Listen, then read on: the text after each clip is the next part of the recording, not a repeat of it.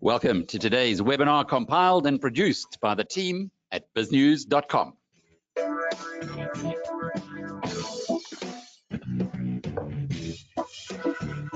All of our webinars are interactive. We encourage you to pose questions to our guests. The more challenging, the better. And the earlier you get the questions in, the better the chance of having them answered.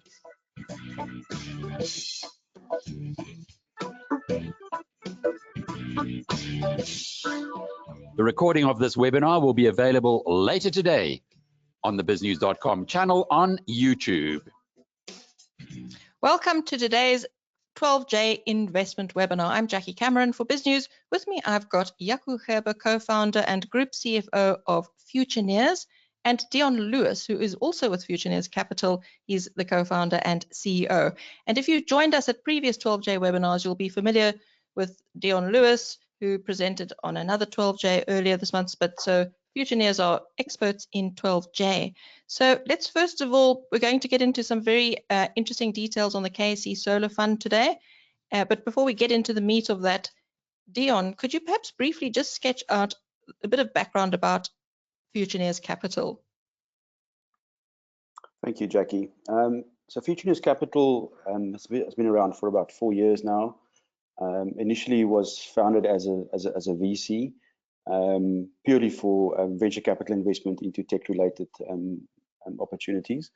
We coincidentally stumbled upon 12J when we started looking at funding structures, and subsequently has a number of qualifying companies under our VCC. Jackie, if you can maybe just move to the next slide so I can just We'll have a look at your deck in a minute, but let's just briefly introduce Jaco Gerber to our attendees. Jaco, can you give us a bit of background about how you got to Futureneers and your entrepreneurial background? Yeah, thanks, Jackie. I'm a chartered accountant by profession, and long ago, I actually had to count the years, but it's almost 20 years back now. I was a partner at PwC. But the last 15 years, I've been in an entrepreneur, my own business. The last 10 years, an active investor, and probably the last 4 to 5 years, a fund manager. So a bit of everything. I think it's good to have that exposure to sitting on the investor side as well as on the entrepreneurial and the fund manager side. Futureneers are basically a group of individuals and entrepreneurs that got together to work together to take certain projects to market and to make a difference. Thank you. So just back into the details now. Before we get started, we do encourage all our attendees to pop their questions in the box as early as possible. The aim of our webinars is to keep them as interactive as possible, so it's a good opportunity to ask all your questions. Dion, could you just give us a bit of detail about briefly what is a Section 12J and what your 12J offers? So Section 12J is a section in the South African Income Tax Act that provides for investors to receive a 100% deduction on their investment. If we look at the left portion of the slide, the numbered 1, as an example, if an investor would invest R1 million into a qualified VCC, which we are one of, and assuming that they're on a 45% marginal tax rate, it effectively means that SARS will refund them, if they are a PAYE payer, 450,000 Rand on this investment. And if they are a provisional payer, it simply means that they short pay SARS whenever their provisional payments are due. So, in reality, if you look at it from a pure percentage point of view, you effectively discount your investment by up to 45%. The middle piece of the slide just explains that your risk exposure on a 12J investment, again, assuming a 45% marginal tax rate, is only 55%. But what I want to draw the attention to is number 3 on the far right of this particular slide. And this is how these 12J structures typically work. So the VCC is the red component in the middle there, that's Futureneers Capital. The investor invests into a class of share in Futureneers Capital. He gets issued shares and he gets issued a tax certificate, which he will then use to claim from SARS. The VCC will then invest the investor's funds into what is called a qualifying company, which is also defined in the Tax Act, And in this case, that is KSE Solar, and Jaco will give us some more detail on that a little bit later. Yes, and I just also want to flag up that Jaco is also going to be telling us quite a bit more about how people can fund this investment through a special loan opportunity that hasn't been offered before. Correct. Absolutely. Okay, right. Are we ready for the next slide? Sure. Yeah, so So some background on the team then. I think Jaco explained his credentials. We are all entrepreneurial of nature. We're all ex-PwC. If you look at the left-hand side of this particular slide, Jaco Gerber, myself, Dion Lewis, Dirk van Lachrenberg. I was involved in various entrepreneurial businesses. The last one before Futureneers was a company called Cipla Nutrition, which is a spin-off from the Cipla pharmaceutical brand. And then we've got a very strong advisory board. You'll notice names like Renier Swart, who's coincidentally a shareholder at the Valdevie estate. He's also the CEO of Valdevie Construction. Stefan van Niekerk, transfer attorney that does most of the transfer work on Valdevie estate. Neil Hobbs. Neil is in fact a competitor of ours, but a very good friend, and also probably the leading mind in 12J in South Africa. Launched the very first 12J in South Africa. And then Johannes Boysen, as Jaco referred to, serial entrepreneur, we call him, also on our advisory board. and your track record looks pretty impressive as well, Dion. Yeah, thank you, Jackie. We got just under 300 million rand in capital under management. We think that we'll probably reach about 400 million by the end of this season, at the end of June. 50 million in project pipeline. 120 Section 12J investors successfully onboarded. Many of them 2-3 times in a row. In other words, 2 or 3 seasons in a row. 23 underlying qualifying companies. You know, that's a huge number.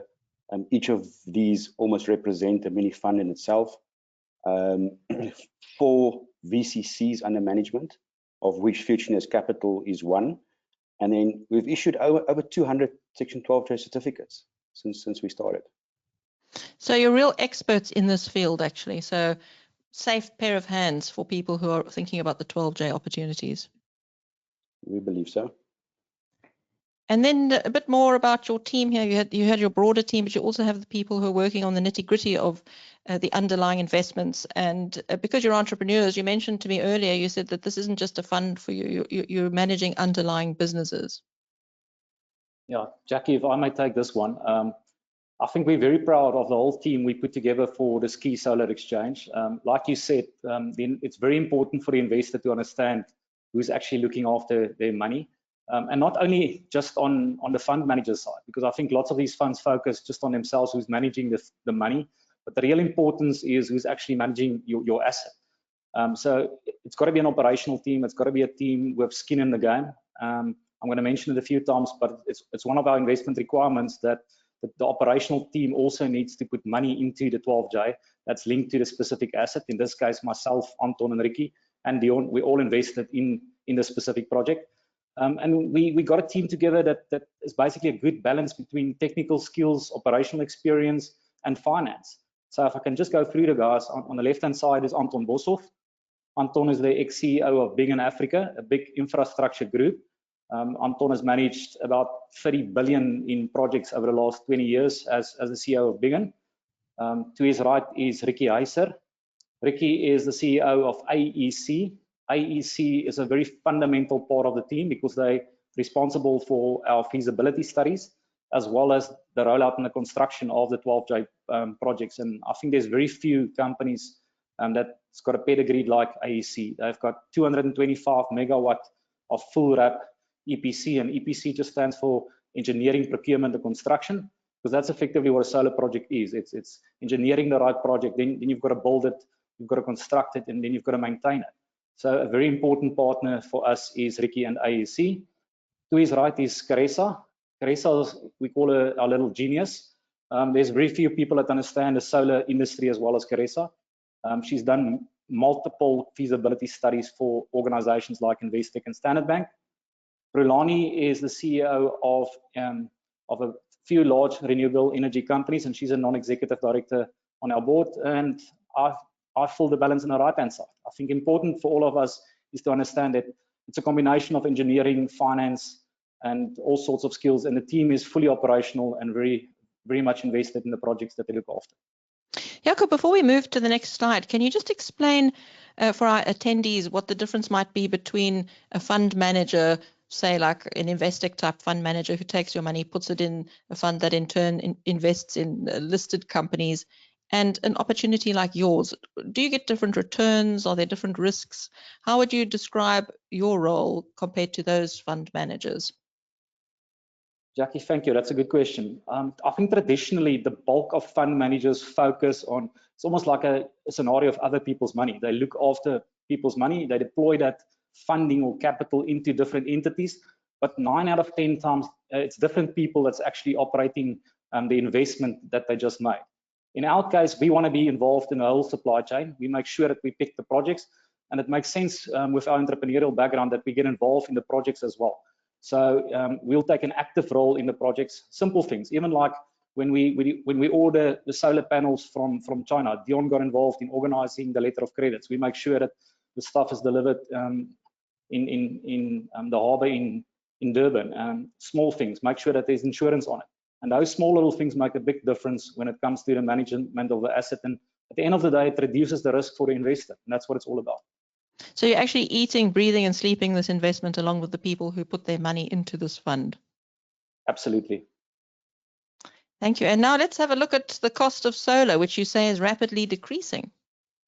Okay, so now that we've done all the boring stuff and talk about the people, the exciting stuff, this is an interesting slide. If you look at the cost of solar over the last 20 years, it's quite clear that it's dropping rapidly. It's actually decreasing at a factor of 5.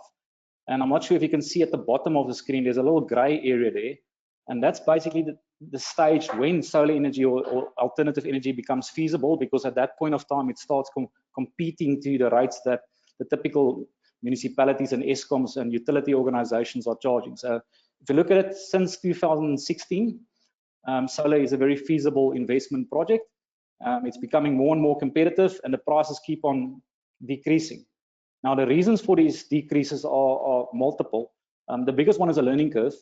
As people deploy projects, they get more and more clever the way they design it. Technology is better and absolutely scale. The more people adopt renewable energy and the more projects you implement, the bigger the actual demand and the prices will drop in the future. So we expect this trend to continue. It will flatline a bit. I think it's almost reached the lower level of costs. But if you look at that, it's already at a level where you can produce solar energy at a rate that's far below the actual tariff that's being asked by ESCOM. Does this mean that it's still a good investment for you then if the cost of solar is decreasing? Absolutely. I think on the next slide, you'll see the importance of that we keep the cost down. So this is an interesting slide. So you've just seen how the costs are depreciating, but typically South Africa, we're the opposite. If you compare what's happening on the ESCOM tariff, that's increasing at 15% per year, while inflation is only increasing at 4% per year. So while the cost of solar is coming down at a factor of 5, we're almost increasing the cost of buying energy in South Africa at 4.5 times what inflation is.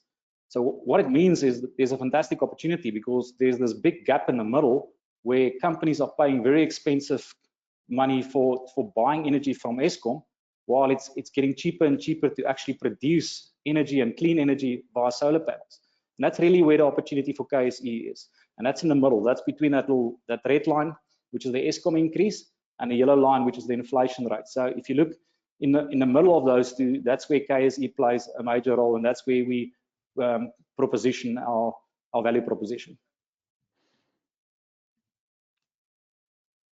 Jackie, maybe just if you can go back, I just want to add one more thing. Interestingly enough, if you look at South Africa, South Africa's got 2,500 hours of sunshine in a year.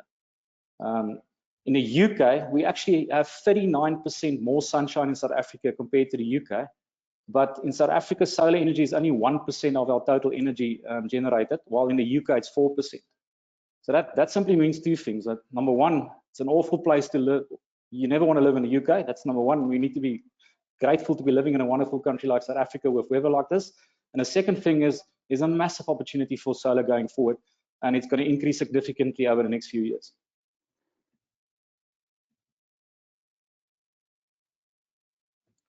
Okay, I'm going to get into the detail now. I'll try to keep it as simple as possible. What I'm going to try to explain now is exactly what the investor will invest in and how we will manage the risk of the investor. So if you look at the slide there on the left-hand side, like Dion explained, the investor will be issued shares in Futureneers Capital. So you as an investor will be a shareholder in our company. So we're going to be fellow shareholders. So there's a partnership relationship. And like I said, we also invested next to you in that class of shares. So we're both shareholders.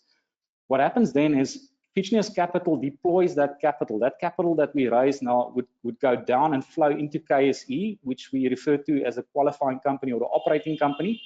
So the first thing, or the first point I want to make is, from an investment perspective, your security is that as an investor, you're an indirect shareholder in KSE, and indirectly you will own a portion of the assets that's going to be in KSE as well. KSE will now go and develop these solar plants, and on the KSE balance sheet, all these solar plants will sit. So it means that the first security for the investor is the assets that's on the KSE balance sheet. Okay. Once we've identified the right projects to invest in, and once we've built these power plants, we've obviously got to generate energy and sell that energy to off-takers or to clients, and that's what the model explains there to the right. So we're a bit different. Normally, in practice, there's a lot of solar companies out there. The bulk of them supply residential, some of them commercial. The normal model is where you've got an operator like KSE, and they've got an agreement with one client. So you'll have a line straight from the black box to the commercial client on the right.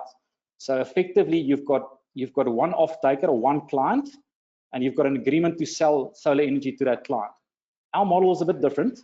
We attempt to do transactions with owners of business parks, and body corporates get involved. We don't do residential, so we focus on commercial and industrial clients only. We would conclude an agreement with a body corporate, and the benefit of that model is then that we will supply solar energy not only to one tenant, but to multi-tenants. So we'll supply the solar to 10 different clients, 10 different buildings, and you'll mitigate your risk exposure through that model. Also importantly, if you look at the red box on the right-hand side, we won't necessarily put solar on every roof. So although we're supplying energy to 10 buildings, we will probably just put solar on 2 roofs, generate the energy from there, but still supply 10 buildings to spread the risk of the investor. Jaco, before we continue, there are some questions coming through, and one question is, why are you only focusing on commercial and industrial properties? Yeah, thank you for that. The honest answer is it's a larger scale project. So if you look at a commercial industrial client that we're looking at, we'll go soon to the next slides, and you'll see our average project size is about 10 million rands. It's much easier to roll out and to deploy your assets into the larger projects. The same amount of effort and design work and scoping and feasibility goes into a small project versus a large project. So we very much a tailored and focused fund. If you look at that picture, that's a real example. That's Icon Business Park. That's a project we're currently building on. The solar panels you see on that roof, that's not ours, that's another tenant. But in the middle of the building, you'll see Unit 10 and Unit 5. So the intention is, and the guys are on site now, we're installing solar on those 2 units, on those roofs. We've registered servitudes on the roofs so to get access and protect the solar assets. And then the energy that would be produced from those roofs would go into a mini grid. It's not the Eskom grid. We run a mini grid almost like an intranet, where we produce the energy, put it into our mini grid, and then that mini grid actually distributes the solar to all 10 units. So all 10 units buy the solar from us, but it's only produced from 2 specific roofs. Jackie, if you can just continue to the next slide. So there you can see it there where those little suns are in the middle of the screen. So that's typically the model. We'll put solar on 2 roofs, but supply to 10.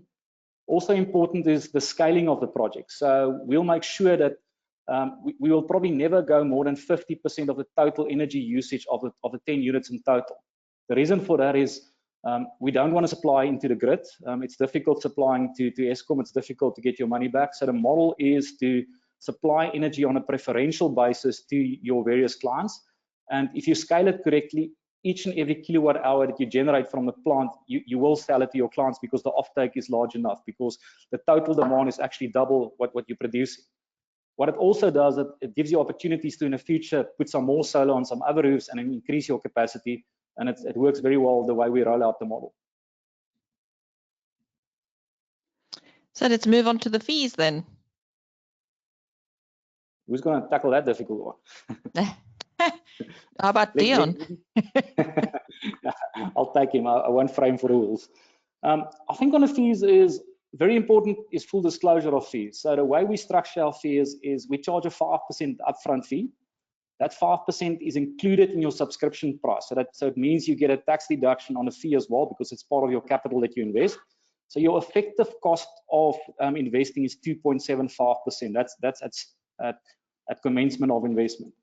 On an ongoing basis, we don't charge a fixed fee, so it's 0%. It's all incentive based. Then we charge a 17.5% ratio on whatever revenue we generate for the investor. So for instance, let's assume we're just sitting on cash, like some of the other big funds are doing at the moment. Then you're probably only going to generate a return of between 3 and 4% on interest earned. 17.5% of that equals 0.65%. That would be our fee. So it doesn't incentivize us as a team to be sitting on cash. If we roll it out and our target ratios are to earn between 10 and 12% returns on our solar projects, obviously we're going to get 17.5% of 10 or 12%, and then our fees increase to 1.75 to 2% per year. So it's absolutely an incentive model. I think it's worthwhile to say as well, just to go back to my previous point on active involvement in the businesses, an investor needs to be very careful where they need to ask the questions, what are the cost structures of the operating companies as well. In our operating companies, you've seen the executive team, there's 5 senior people involved. Not one of them are pulling a salary. They're all working at risk, and they incentivize to make the project successful. And that's the essence of any entrepreneurial project. And that's what Futureneers is all about. And then your targeted cash flows. And a lot of people have been asking questions about returns. So this is a good time to discuss these returns. Jaco, do you want to talk about this, or Dion? Let me take it. So Jackie, on returns, we try to keep it simple. KSE, you've got to view it as a fixed income fund if you make a cash investment. What I mean by that is when you put in an amount, and let's assume you're going to invest R1 million. So on day one, you'll put in $1 million. You'll pay the 50,000 upfront fee. The fee also qualifies for deductions. You'll get a tax break of 472,500. You'll see that's more than 45%, because the total investment that qualifies is $1,050,000. So your net investment is 577,000 if you take your tax break into account. The objective of the fund is simply to double that in 5 years, cash flow wise. So you'll see on the cash flow, year one, we've predicted a bit of a slow rollout. So there's dividends in year one of about 40,000. Year two, it increases to 100,000. And then in year 5, we start scaling it down a bit, because at that point of time, certain investors would like to exit. And then we've got to generate some cash again to be liquid enough to buy those investors out. So your returns are slightly low in the last year, but overall, you get a 2 times return. And if you express it in a more technical manner, you get an IRR of about 23% pre-tax. That means if you look at the investment over a 5-year period, on average, including your tax break, you earn about 23% per year, which is an exceptional return when you look at any investment. It is exceptional. We often hear that high returns, high risk. Can you elaborate on where the risks are here? Very good question. Can you maybe just go to the next slide? For me, that's the key question. When you invest, you've got to assess what your risk profile is and what your return profile is. So we always use this slider, which we call a risk slider and a return slider. So if you look at the bottom end of the screen, the return slider, the bulk of the 12J funds will be sitting 20% and above. And the reason for that is the fantastic benefit of using 12J. That's one of the reasons. And then obviously, if you combine that with solid returns from your asset, you are able to get a return to the investor of above 20%.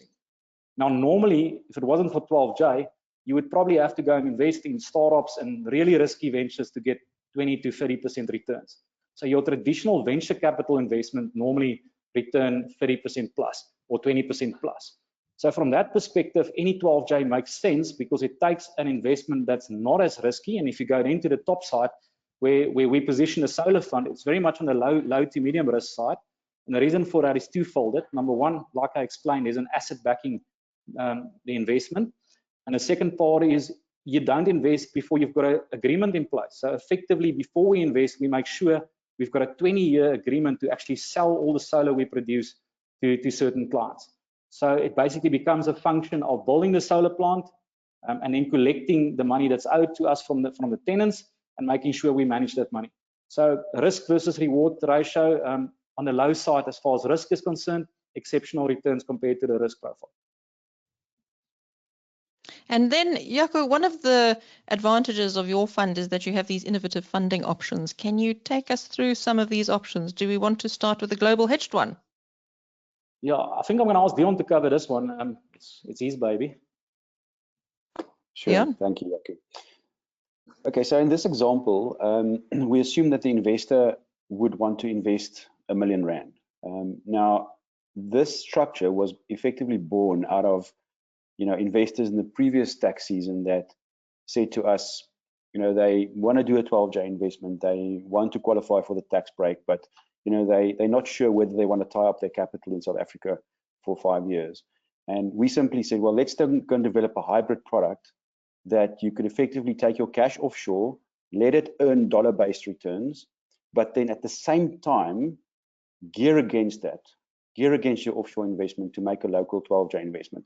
So in this case, you will need R1 million to take offshore through your allowance, and you'll need 50,000 Rand in cash to set up the structure in South Africa. So if we just take the top portion of this slide where we've got the Investec and the currency partner logos. So there's your R1 million. We use Investec to take it out the country for you. That now qualifies for $65,000. You then sit with a Sanlam private wealth portfolio manager, which we will introduce to you. They will have a number of funds that's all low risk, high liquid funds that you could choose from that will give you anything from 5 to 12% dollar-based returns, keeping in mind that you also have the Rand hedge now, assuming that the Rand depreciates at 5% a year, that this investment is now giving you. Sanlam then gives you a facility of 50%, in other words, 50% loan to value against that investment in Rand. So you will be sitting with 500,000 Rand in South Africa now at an interest rate of prime +1. And important to understand that this is a facility, it's not an installment loan. So there's no obligation to pay it back. So as long as your offshore investment produces these returns and the Rand is depreciating, theoretically, you'll never have to settle that loan. I'm not suggesting that anyone does that. I mean, if you have extra money, you'll put it in there. But that's a facility. The interest is capitalized against the loan. We then lend you the other 500,000 Rand to now make up the $1 million that would go into the 12J investment, and you'll put in 50,000 Rand cash. So after this investment, you'll be sitting with R1 million offshore, invested into a Sanlam private wealth portfolio, and you'll have R1 million 12J investment. You'll then use your SARS tax break, let's assume it's 450,000 Rand in this case, to then settle the loan that we would give you, which acts as a bridge loan. And that is at an interest rate of prime +2, and keeping in mind that we don't ask the investor to sign any personal sureties for this loan. We take the share in the 12J as security, and as we know, no bank will take that share as security. Yeah, so I think that explains it nicely. Before we move on to the next slide, why did you develop this structure? Jackie, it was simply to accommodate investors that wanted to take money offshore and also do a 12J investment. The need was there. We listened to the market, and we've had great success with this, to be honest. Okay, great. So let's move on to the next option, the 5-year payment plan. Jaco, would you like to talk about that? Can you just go back one slide, Jackie? This one? Okay, so, yep, that's it. So I think we all probably in this webinar because we've got one final chance to make use of this fantastic benefit called 12J. As you are aware, from the 30th of June 2021, there's a sunset clause that was not extended by government. So that means that any investment up to 30th of June 2021 qualifies for 12J. But after that specific date, investors can't make use of Section 12J or claim a tax deduction on those investments anymore. Now, if you look at those three examples to the left, and let's just call them John, Lucy, and Johnny. And Johnny will be investing via his company SpaceX 12J. He just made a massive profit there. So John is used to investing 200,000 a year. He's done it before. He's probably invested in 2020 and 2019 as well. His profile works very well. He invested 200,000. And if it wasn't for this deadline that we're in place now, he would have continued investing 200,000 a year in 12J in the next few years. The same with Lucy. Lucy's earning a bit more. She actually invested 500,000 a year historically. And if it wasn't for the deadline, she would continue to invest 500,000 a year going forward. Johnny's company's made a lot of money now. He can invest R1 million now, and he would probably continue investing R1 million going forward as well. Because if you look at the extension and the amounts that's allowed per year for individuals and trusts, it's limited to 2.5 million, but a company can actually invest 5 million per year. So that's the scenario, and what it boils down to is SARS are now limiting your 12J deduction, and therefore they're limiting your benefit. Simple as that. So we spend quite a bit of time in trying to find a solution, structuring a loan for our investors to enable them to make use of 12J beyond the deadline. And I think you'll find it in the market. There's lots of funding options available out there promising to help you just fund the investment. This one is a bit different. It's not purely a funding option. The main differentiation here is we want to actually enable you to 5x your 12J investment, to get 5 times bigger advantage as what you would have gotten just investing in a traditional manner. Jack, if you can just go to the next slide.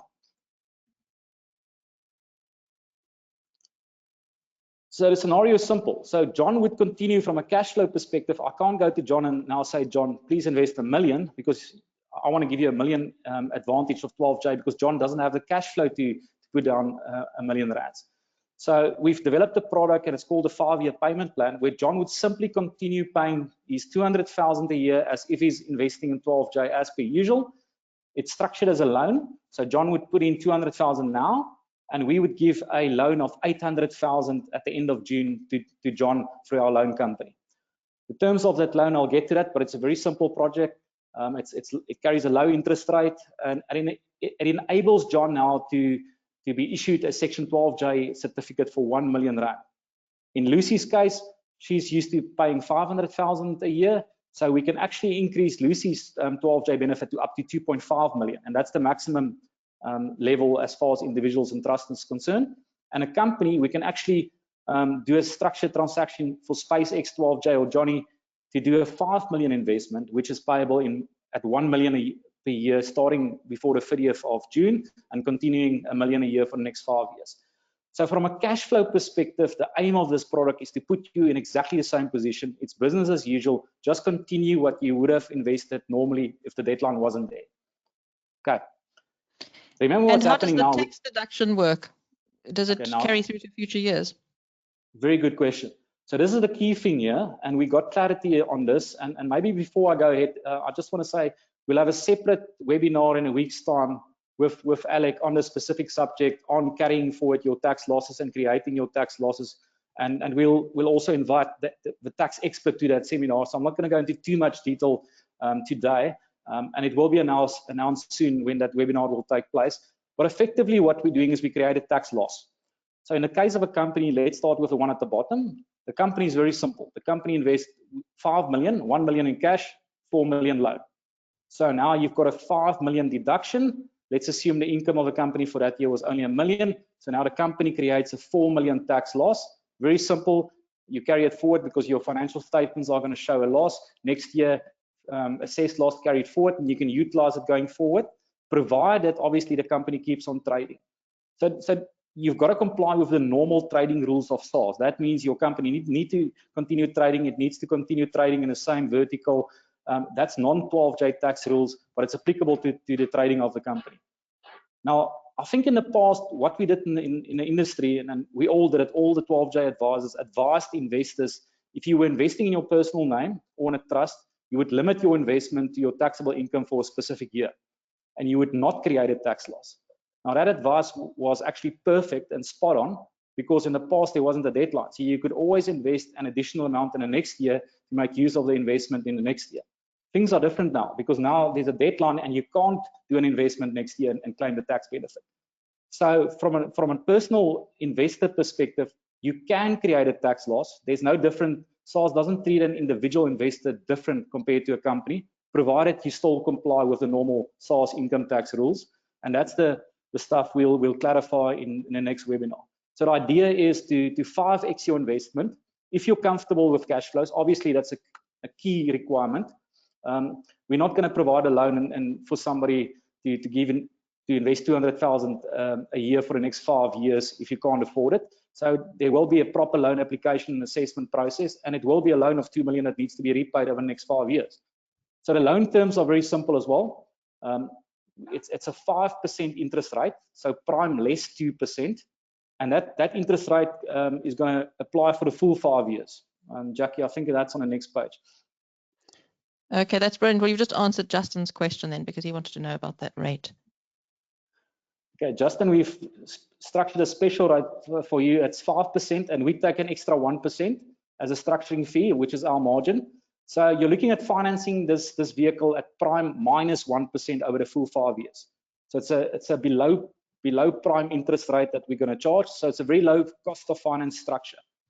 Okay, that's the first point I want to make. The second point I want to make is there's no monthly payments. The way we will settle your interest, the money will now be invested in a solar fund. The solar fund will generate dividends. The dividends will firstly be paid against your interest, and whatever is left, or if there's surpluses, it will be paid out to you. So a typical model, expect to receive dividends from year 4 onwards. The first 3 years, your dividends will simply cover your interest, but there will be no additional cash flow that's going to flow in. So I've explained the payment terms. Very simple. You just divide the total amount you want to get the 12J certificate by 5. It's paid in 5 equal investments over the next 5 years at the beginning of every year on 30 June of 2021, 30 June 2022, and so forth. It carries interest, or the portion of the loan carries interest at prime minus 2% plus a 1% structuring fee, and we offset dividends against your interest. And as soon as your dividend returns are more than your interest, we pay those dividends out. And then obviously at the end of 5 years, you get your full capital back, which is now, in this case, a full million, because it's 200,000, 200,000. It carries on like that for 5 years. What's interesting about this product? Sorry, continue.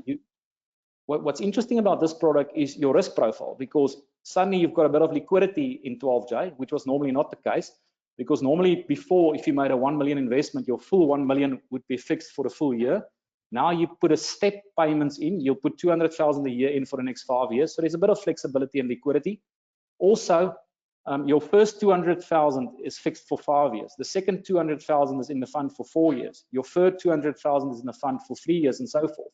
So the risk profile is different, because some of the cash gets returned earlier to the investor as far as a cash perspective is concerned, while you're funding it at a low interest rate loan. Yaku, Lawrence wants to know, what if the dividends don't reach the target and they are less than the interest owed? Lawrence, very good question. The reason why this product is only available on a solar fund is because we've secured the contracts with projects. We know what our returns are.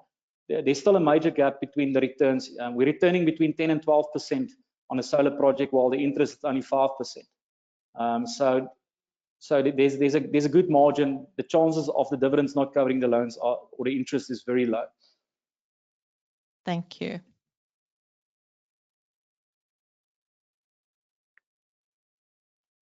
Okay, this is just a cash flow. Everything I've just explained. So let's take the first example of somebody putting or investing 200,000 a year. So if you look at the top line, which is a 12J payment plan, the investors now continue as usual, pay 200,000 a year as if you're investing 200,000 per year in a 12J. We're going to issue you a Section 12J certificate for 1 million in year 1 before the 30th of June, and you'll have a loan of 800,000 as we just explained. Now the second line, now this is different. You'll see in this example, we've assumed that you can utilize your tax loss in the next 3 years. Now that's going to differ from investor to investor. So some investors might be able to use the full million already in the first year. Some investors might be able to use it over 2 years, over 3 years, over 4 years. It depends on the investor. We normally advise investors not to invest more than over 3 years, because over 3 years your returns are better. You can extend it to 5 years, but then you've got to make sure that you are actually going to generate the cash flow to make the 200,000 payment.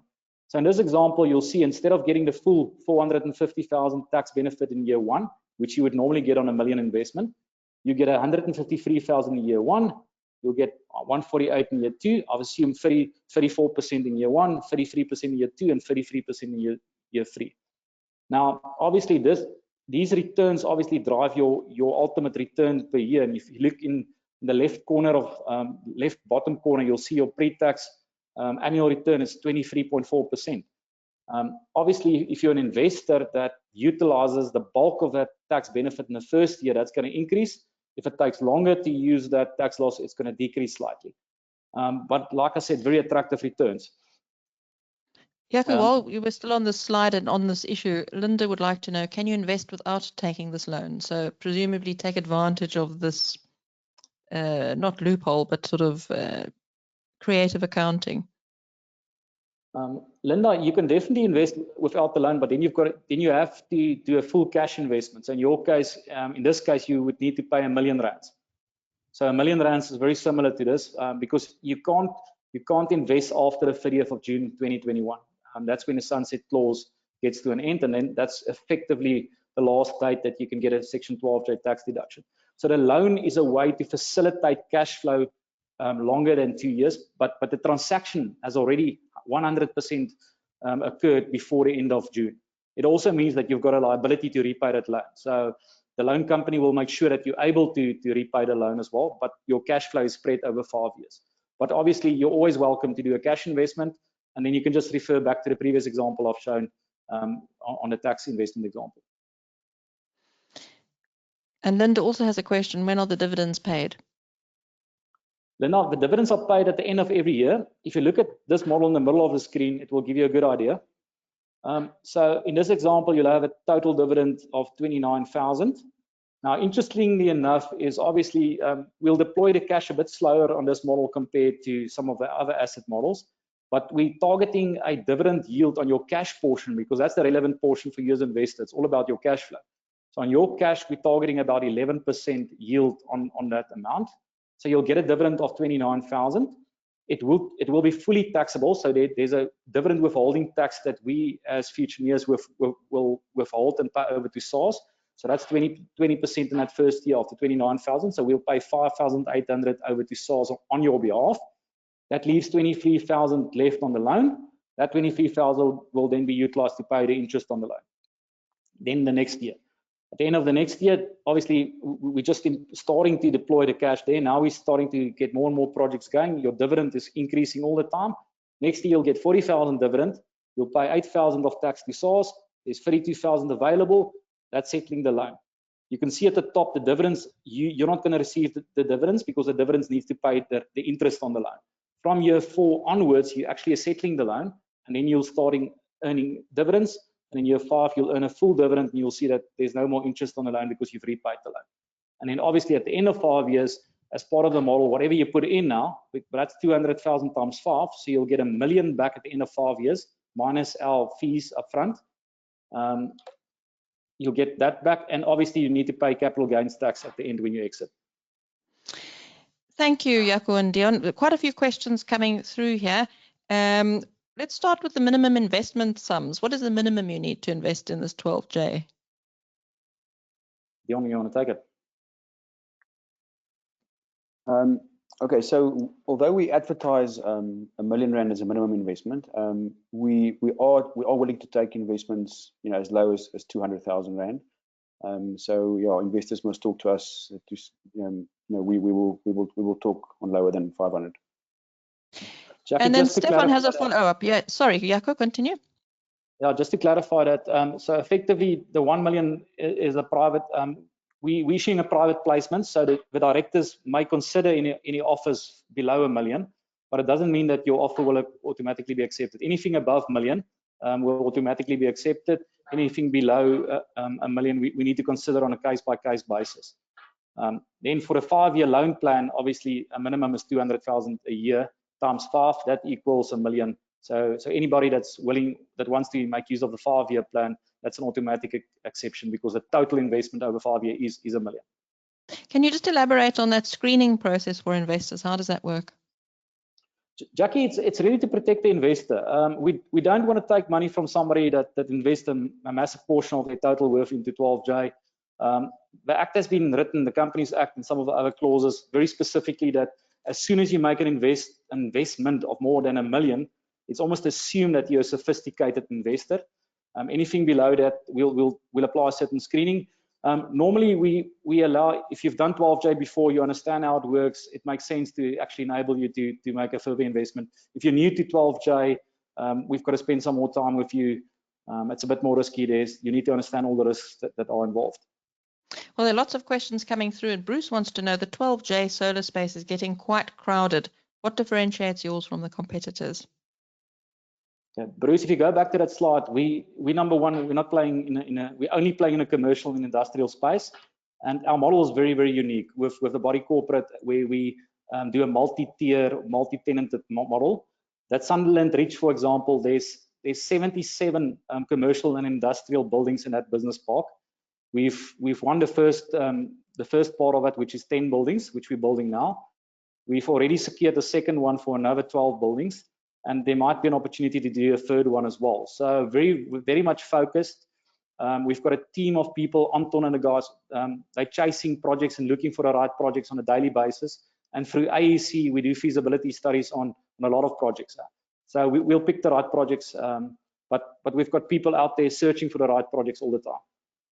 Fikri also has a question connected to that underlying electricity. It wants to know about the electricity price versus the Eskom price currently. Do you have any details on that? Yes. Jackie, maybe if you can go back to that slide that shows the escalation in Eskom prices. It's easier to explain it there. Okay, let me just bear with me. While I'm looking for that slide, perhaps you can answer this question, Dion.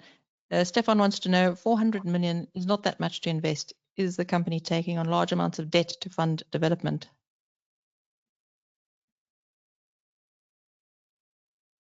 Can I just clarify the question, or is he referring to the underlying qualifying company, or is he referring to the VCC? I'm not sure. I'm assuming that he wants to put 400 into your company. 400,000. Yeah. So maybe I can clarify that. So the first thing you've got to realize is it's Stefan.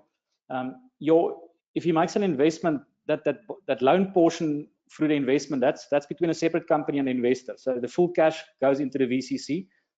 Futureneers Capital as an investment company, there's zero borrowings in Futureneers Capital. Our MOI actually states that we can't incur any debt in Futureneers Capital.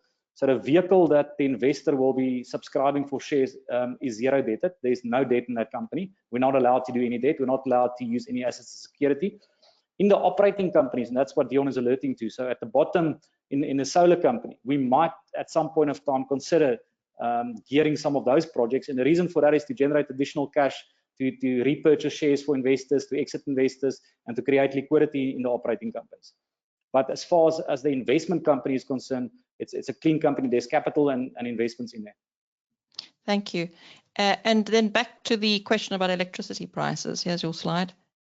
Okay, cool. So let's assume if you look at the top line, the red line, let's take close 2021. So somewhere just before it becomes that stipple line at the end, that's the current amount that the municipality is charging to a tenant or to a specific user. So normally what we would do is KSE would go and find a project where there's a multiple tenanted off-takers that we would scope and see what their total energy requirements are. And then we would fund it. We would go and build the solar plant. We would put the solar plants on their roofs. So it's our expense. So we incur the capital. And at that point of time, we actually do what they call a PPA, a power purchase agreement. So they effectively buy all the electricity that we can generate from us for the next 20 years. And the reason why they're going to buy it from us is if you look at that line, we're going to offer them a price that's normally between 7.5% and 12% below the current Eskom price. So immediately when they buy solar, they're saving money. And remember, that saving is over the next 20 years. But more importantly, and this is probably the key thing which people don't realize, is the main reason why businesses are entering into contracts with solar companies is to fix this escalation. Because at the moment, Eskom is increasing 15% per year, and all indications are that they will continue increasing at 15% per year. So when they enter into a contract with a solar company like KSE, normally your escalation is fixed at about 7.5%. So again, then the business saves in the discount on the rate, and they further save on the difference between the escalation by Eskom and our escalation. From our side, it's still a great transaction because we can charge an increase which is above inflation, which makes sense from a funding perspective. Justin also, yes, Justin also has a question. How do you supplement the energy when there is cloud cover? Very good question. So Justin, you've got to realize 99% of solar projects and plants in South Africa is what they call grid tied. So effectively it means you're not going off grid, you're still dependent on Eskom. So there's certain levels that you generate energy. When there's cloud cover, you're going to produce less energy and you're going to be able to sell less. So that's why when you scale your projects, you never produce more than 40 or 50% of the total requirements of the various clients. In that sense, whatever you're going to produce, you'll sell. So that means cloudy days, you're going to make less money than sunny days, and vice versa. Luckily, we've got 2,500 hours of sunshine per year in South Africa. So we're much more profitable than a company in the UK. And then Liesel has a question about the details about the annual income receipts. Are they reinvested back into the project and increase the capital base and therefore increase income in the following year? Is that possible? I'm not sure if I understand the question. If she's referring to dividends or income that's yield, we do pay out dividends. So there's no intention of reinvesting your returns from the projects, because the project makes a profit. That profit is declared as a dividend to Futureneers Capital, and a dividend is declared then to our investors.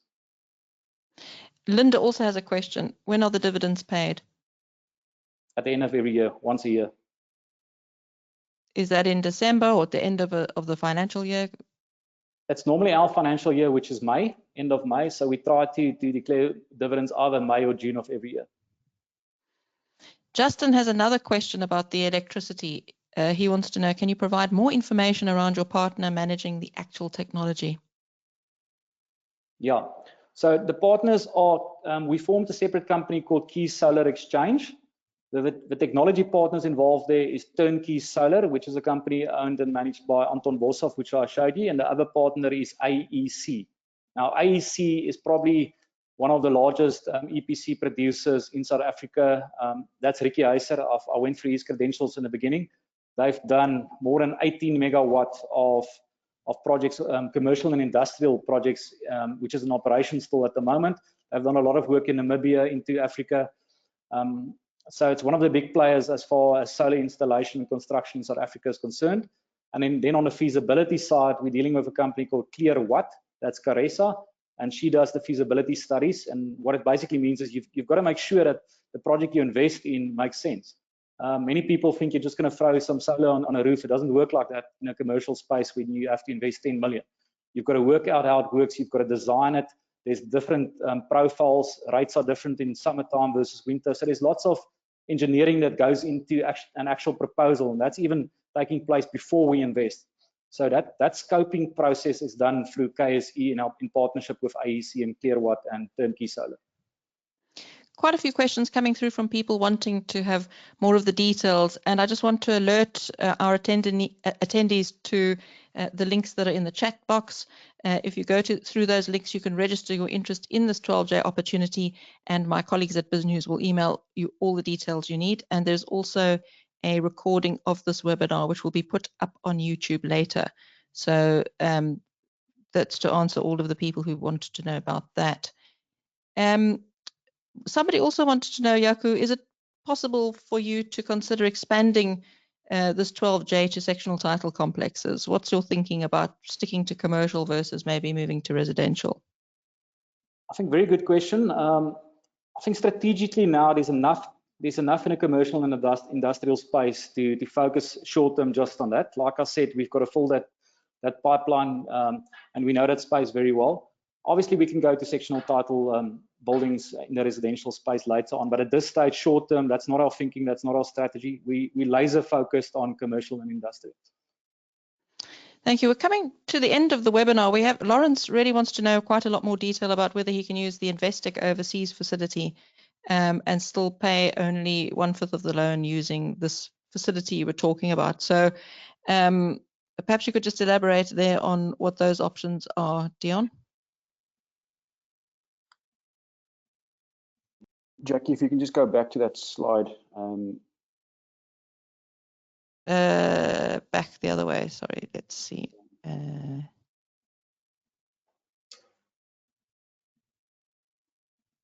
This one. That's right. Look, in this example, it's not really necessary. Firstly, I want to clarify that, an investor that got cash overseas doesn't have to necessarily take more money out. So that's important to notice, that if you have money overseas, you could deploy cash that you've got with Sanlam Private Wealth overseas. But in this example, Jaco, if you want to provide clarity, I don't think that loan will work on this. I think it will work. What we do, Justin, if it makes sense for an investor, we can do it. So if I understand you correctly, you want to use the overseas investment, bring it back, but a portion of this you want to structure on a 5-year plan. If that's your question, yes, it can work. It's a bit of engineering we need to do, but it's viable. Well, it sounds like you can certainly do it, looking at all the other financial engineering you've been doing here. So perhaps, Jaco, you could just summarize the key points about why this 12J is perhaps the best opportunity if people are considering their options and they're shopping around between 12Js. Thank you, Jackie. I think number one is the team behind it, and I'm talking about the operational team, the fund manager as well as the operational team. We all experienced executives. We've got skin in the game. We all invested, and our investments are made next to yours. So we've all put money into the 12J next to yours. And I think that's a question that many investors don't ask their fund managers if they personally invested in whatever they're selling. And we are. So that's number one. Number two is, if you look at this fund and investments in South Africa, I believe that the renewable energy space in South Africa, we just started there. It's going to explode over the next 10 years. Thirdly, I think it makes sense to invest in solar from a risk management perspective, because it's a lower risk asset. Don't expect the 15 to 18% returns without your 12J benefit that a more risky asset like VC or even certain short-term asset rentals can provide you. The sweet spot for solar is anywhere between 10 and 12% plus your tax break. But if you add it up together, it's a fantastic investment with that's going to give you a return of more than 20% per year. And obviously, I think the 5-year payment plan is very unique. The way we've structured, we keep it simple. And I think it's something that every investor should consider. Jaco, anything to add to that? No, nothing more from my side. Okay, well, thank you to you both for sharing all the details of this 12J opportunity. We've had a number of people who have arrived quite late for the webinar, including Chris, who says he's interested to learn more. So just to recap, you can register your interest on this 12J and other investment opportunities at biznews.com, and my colleagues at BizNews will get back in touch with you with all the details you need. So thank you to all the attendees to joining us as well. And just a reminder that we'll have another webinar next week where we'll speak more about the technical details of the accounting and the tax. And people who joined the webinar early on will have heard from Jaco about an interesting funding opportunity for the 12J investments that perhaps will allow you to leverage a bit more out of this opportunity, which is coming to an end at the end of June. So thank you very much. Thanks, Jackie.